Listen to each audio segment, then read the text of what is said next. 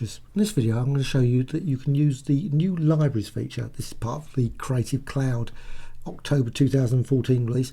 You can use it with the Astute Graphics plugin WidthScribe WidthStamp plugin tool.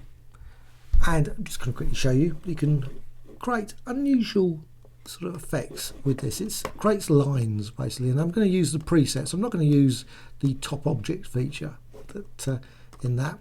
So now I've got a library here. I've got various designs. These are teddy bear designs that I created for a pattern set on my website, and I'm not actually going to drag it from here because for some weird reason, and maybe it's some odd feature, but Illustrator and the tutorial sort of QuickTime feature doesn't seem to actually work at the same time. But if you're not running QuickTime and you're not running, it seems to be able to drag perfectly okay. So you just basically go to the library, just drag it over. I'm not certain why, maybe it's just my machine. Okay, so I've got this design now. It comes from over here. Select it. Well, it's actually made up of different paths. So there's a lot of multiple paths in here. And when I first used this plugin, I thought, well, it's unusual, but it does actually, you can use it in different ways. So this is a selection of different paths, not grouped. That's the key thing, not grouped.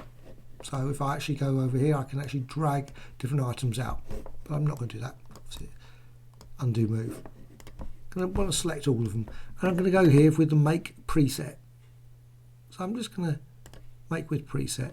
And then what you can actually see is actually got concentric circles. You can actually see it sort of creates concentric circles for each of the things. If you go to concentric squares, you can actually see very abstract designs because it tries and, well, it does for each of them. So you can see the spirals there, spirals there, spirals there, and spirals there.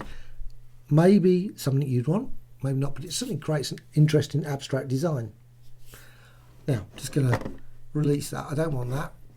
I'm actually going to now group them all. So just go over here, object group, and now it will work with that. So make with top preset, and you can see now instead of multiple spirals, etc., it's actually just created just a single one, half grid. So you can create interesting line effects. Just drag that out a bit, modify the, and now you can make it obviously thicker lines.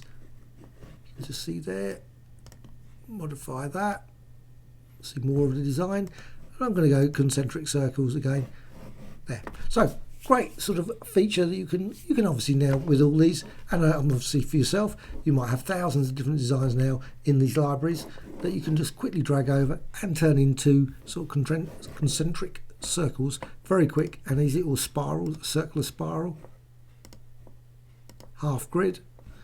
And of course there's many other settings as well, so you don't have to go with 45 degrees, you can go with 0 degrees and modify the spacing, maybe make it a bit closer, so say 10, make it much more intense, or maybe 20.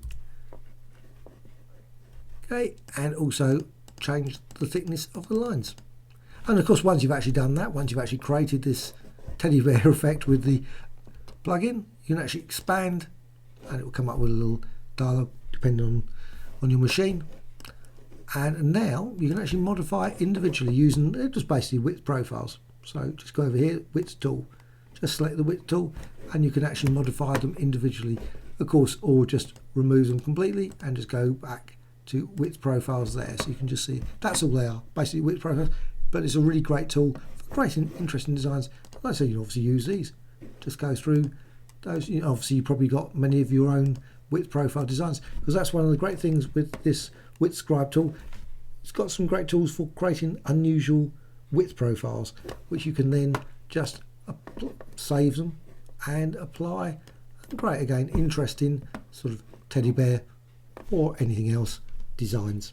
And they're lines that you can of course then just go and expand appearance, and you can use them also in things like Photoshop. So you can drag this design into Photoshop and use it with Photoshop filters.